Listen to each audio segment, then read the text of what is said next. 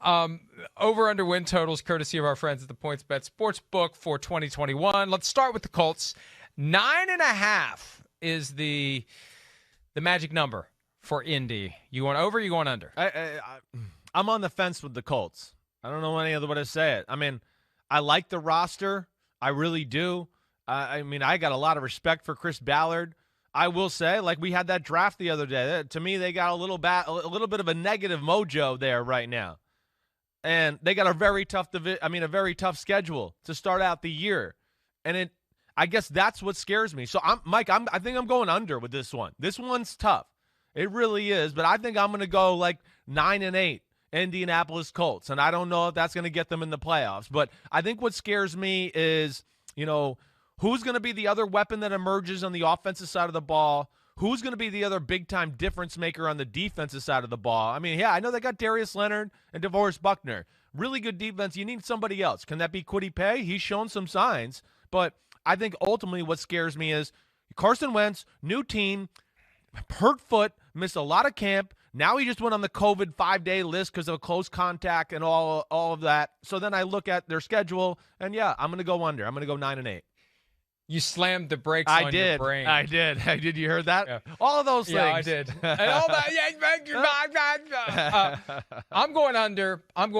Look, these teams that have the tension from the vaccine issue, do you think it's going to go away when you throw on top of all of that the adversity of losing games, the adversity of injuries, the travel, the stress, the grind? Do you think it's going to make it better? Or do you think it's going to make it worse? Yeah, right. Oh, we're all going to come together now because we're in regular season mode and we're playing all these tough teams and we're losing some games that we'd like to win.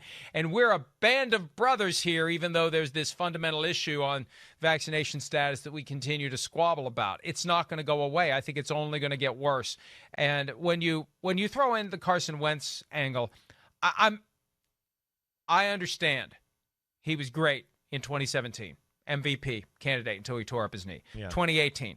He was coming around before he had the back injury. 2019, he was spectacular. Yeah. No injuries. Carried the team on his back. Right. Then last year, I don't know what happened. Yeah. But between the injury history and the I don't know what happened from last year, I'm not ready to say that it's going to magically change now that he's reunited with Frank Reich. I got to see it. Yeah. So for now, I'm going to say under. Yeah, I'm with you. That's exactly how I feel. I mean, I'm not going to be shocked, of course, if they're in the playoffs. But yeah, it's the AFC. And as we mentioned many times, it is the toughest first 8 weeks of the year out of anybody in football, in my opinion. I mean, it's unreal.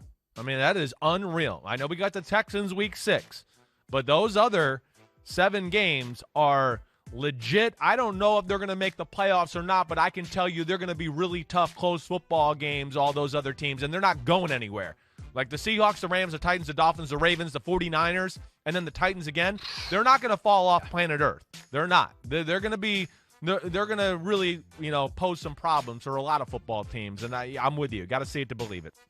All right, Titans, 9.5 is the over-under for them as well. If you're leaning under for the Colts like me, you're going to lean over, aren't you, with the Titans? Yeah, you're right. I am going to lean over. Yeah, I first off have a lot of faith in Mike Vrabel. You got Julio Jones on the offensive side of the ball. I am interested to see, how the offense looks with Todd Downing and company there. I mean, I'm sure there's going to be a little difference there. But Derrick Henry, and then I think they made the appropriate moves on the defensive side of the ball too.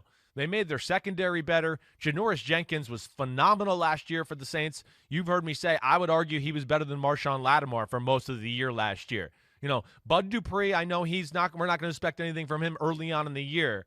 But, even some of the rookies they drafted, Caleb Farley, I think, is a superstar, and he looked the part so far in training camp. Elijah Molden, Honey Badger said that looks like me out there. He was really impressive. I'm going with the over of the Titans. They've been dealing with COVID issues, although they don't have a vaccination problem in Tennessee. I'm going over as well, although I'm reluctant to say this because I never want to be accused of the dreaded jinx.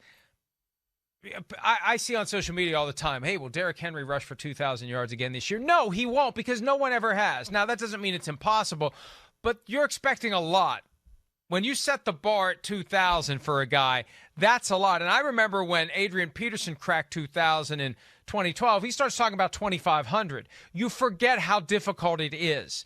You forget how lucky you can get when it comes to avoiding injury. And between Tannehill and Henry and Julio Jones, you know, the Titans have been fortunate the past few years. They haven't had any major injury issues, and I just feel like I don't want to say I feel like they're due.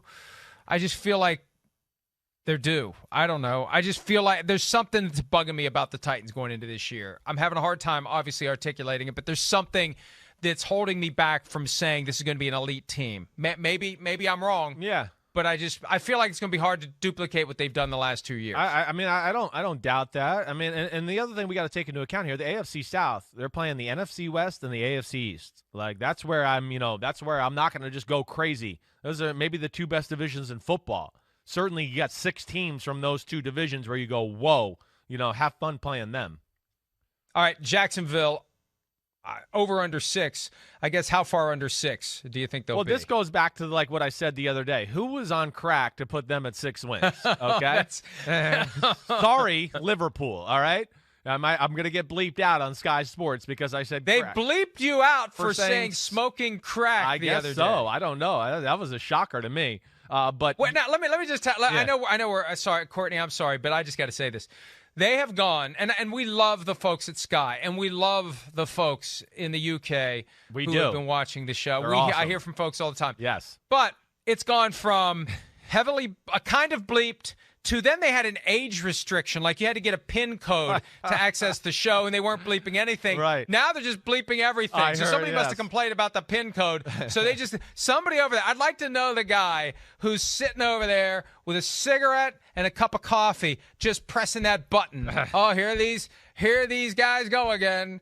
Here they go. They better not air my podcast, bang. Mike. I know that. Yeah. They won't hear anything if they play my podcast. They'll just be so beep, we're both under on the Jaguars because we both believe that the odds makers were smoking crack. Yes. Houston over under 4 wins. This one's a little bit interesting. Where are you? I err on under. I do. I mean, I really want to say like push.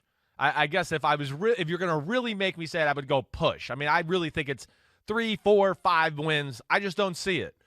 Too many things going on there with Houston. It's a total rebuild. I mean, they have totally torn it down, and they're going to try to rebuild it in the vision of Nick Caserio. So I'll go under for lack. If I got to pick one, I'm going to pick under.